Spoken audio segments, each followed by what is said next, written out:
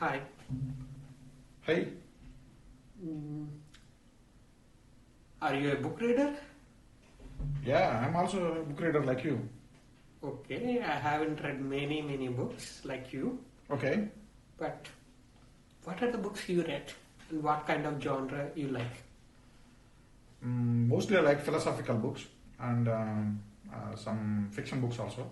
I like a lot of things. But philosophical books like authors from Ayn Rand and Friedrich Nietzsche, to Mm-hmm. name a few. Mm, I read Fountainhead mm, from Ayn Rand, mm, The Will to Power, and mm-hmm. also Beyond Good and Evil. Mm, These two books I read very recently, and mm, these are from Friedrich Nietzsche. mm. Mm. So, no Indian books? Like authors from India?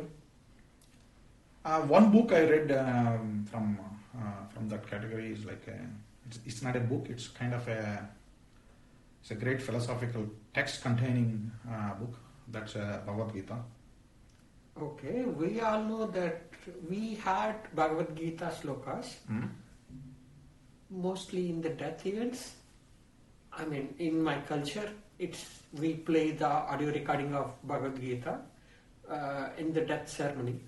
That's how I know about Bhagavad Gita, and I don't know it is a philosophical book.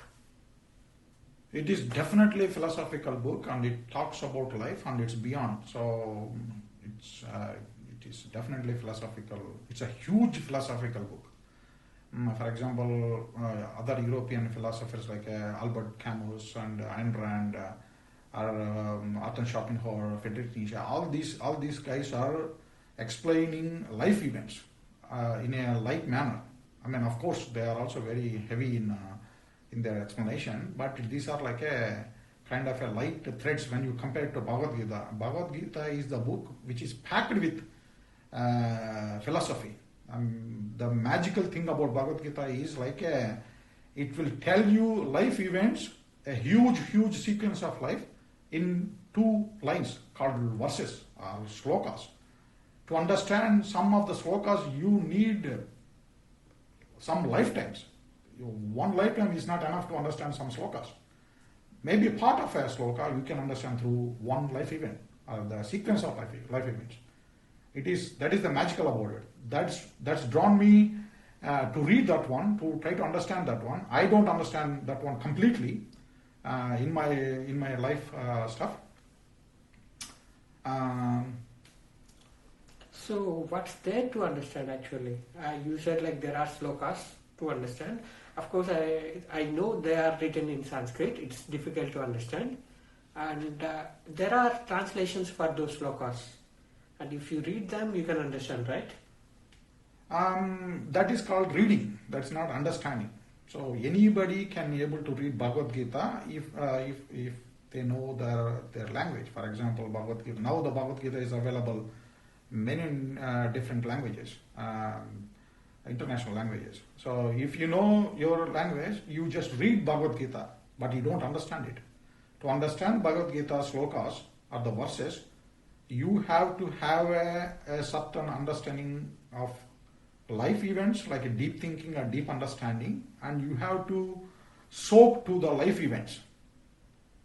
And then if you mix these two stuff and you practice these two stuff, like deeper understanding of the life events, and you have to go through life events, these two things, if you mix them up, then you go to a certain level of plane. And that plane, if you start to read and understand the slokas, some slokas you can understand, some verses you can understand, not all of it, because Bhagavad Gita essentially talks about life and it's beyond. So beyond of life nobody knows. Everybody can able to predict this happened, that happened, that happened. Nobody knows what's happening after life.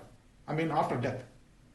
But Bhagavad Gita talks about life and also what's happening after death. After death, nobody has a clue about it. That's why Bhagavad Gita cannot be understood completely of any human being in the earth. That's what my conclusion about Bhagavad Gita. Okay, you are saying like to understand Bhagavad Gita, you have to have some life experience? You have to have a soaked life experience consciously. Okay, then at what age I should read this? You can read at any age. Bhagavad Gita essentially talks about life. So, for example, I'll tell you, if you want to eat an apple, if you are eating an apple unconsciously or consciously, and then when you are eating an apple consciously, then you have to see what you are eating. Like, you can see apple as apple, you can see apple as a food source. So, if you see apple as an apple, that's an unconscious thinking, or like a complex thinking. But natural thinking is like a apple can also be seen as a food source. So, you experience the apple, eating of the apple, ingesting it, and then you have to see this is also a food source, like a deep thinking about the apple. If you have these two things mixed up, then you can able to understand a sloka about apple that is there in the Bhagavad Gita. The people who don't know what is apple and what is having an apple, this and that, they cannot understand that verse related to the apple. They can only read about the apple. That's why I cannot understand some slokas saying about the knowledge about soul, knowledge about what happens to the soul, how the soul transforms to another thing, this and thing, because for me it is not even experience. I cannot even imagine what's happening after death, which is a kind of a soul, this and that. But Bhagavad Gita essentially talks about those ones also. So if you have experience and you can relate that experience to Bhagavad Gita slokas, and you do get a true meaning of that experience? Yes. Yes, that is exactly what you said is exactly right. You have to have a great experience of life, and a conscious one, and mix it with the deep thinking about that life things. Then you read the Bhagavad Gita, and then Bhagavad Gita help you to understand more and more what's happening around you, what's happening within you. Okay, let's do one thing then. Yeah. We will pick one sloka from Bhagavad Gita. It need not necessarily from the beginning of the Bhagavad Gita, some random sloka. Yeah. And we will try to relate that sloka to our life experience. What do you say? Yeah, we can certainly do that one, 100%. I mean, we can, as you said, we cannot start with Bhagavad Gita. I mean, Bhagavad Gita starts somewhere else. I mean, those things we cannot even experience that. We can only pick up the verses from the Bhagavad Gita as we understand the Gita and as it happens to us. So we take the verses that